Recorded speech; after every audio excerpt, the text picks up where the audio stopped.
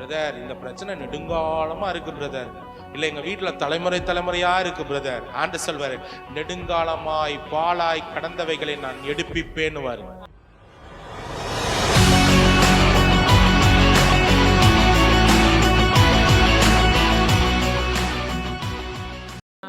Brother இந்த பிரச்சனை நெடுங்காலமா இருக்கு பிரதர்.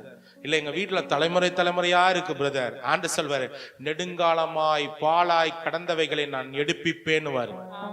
நீங்களும் தேவனுடைய ஊழியர்களா இருந்தீங்கன்னா, விசுவாசிகளா இருந்தா நீங்க சொல்லணும், நான் நெடுங்காலமாய் பாலாய் கடந்தவைகளை. வாசிங்க இந்த வசனத்தை, ஏசாயா 61 எடுத்து வாசிங்க. ஐசாயா 61:4.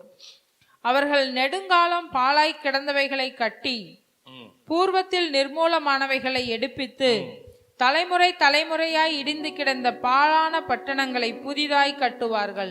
நெடுங்காலமா இடிந்தவைகளை என்ன பண்ணுவாங்களாம்? கட்டுவாங்க, எடுத்து கட்டுவாங்களாம். பிரதர் இந்த பிரச்சனை, இந்த மெடிசன் நான் ஒரு 15 வருஷமா சாப்பிட்டுட்டு இருக்கேன். மெடிசன் ஒர்க் அவுட் ஆகல. இப்போ இன்சுலின் போயிட்டேன். இன்சுலின் என்ன ஆயிடுச்சு? ஒர்க் அவுட் ஆகல. அப்படி இருக்கிறீங்களா? கர்த்தர் உங்கள்கிட்ட தான் பேசுறாரு. ஆமா, இந்த வசனத்தை டேக் இன் பண்ணுங்க. இது உங்களுக்கு சுகம் படுத்தும். ஆமென். இயேசுவை உள்ள எடுங்க.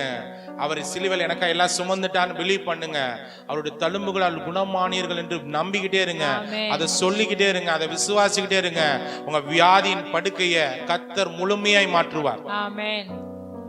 இன்னொரு 5 வருஷம் இருந்தா போதும் பிரதர். என் பையனுக்கு மட்டும் நான் கல்யாணம் பண்ணி வச்சுட்டா, என் பேர குழந்தைய மட்டும் பார்த்துட்டா, அட பாவி, கர்த்தர் என்ன சொல்லிட்டு இருக்கா? நான் மறுபடியும் உன்னை ஃபுல்லா வாழ வைக்கிறேன்னு சொல்றாரு.